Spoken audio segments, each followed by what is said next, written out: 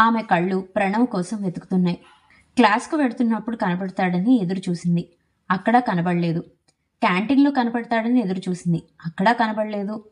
ఇంక విసిగిపోయి క్యాంటీన్లో ఒక టేబుల్ దగ్గర కూర్చుంది రవళి. ఫోన్ చేయడానికి బ్యాగ్లో నుంచి సెల్ బయటకు తీస్తున్న తరుణంలో ఆమె ఫోన్ రింగ్ అయింది. స్క్రీన్ మీద ప్రణవ్ కాలింగ్ అని వచ్చింది. ఆమె మొహంలో సంతోషం. ఫోన్ ఆన్ చేసి చెవి దగ్గర పెట్టుకుంది.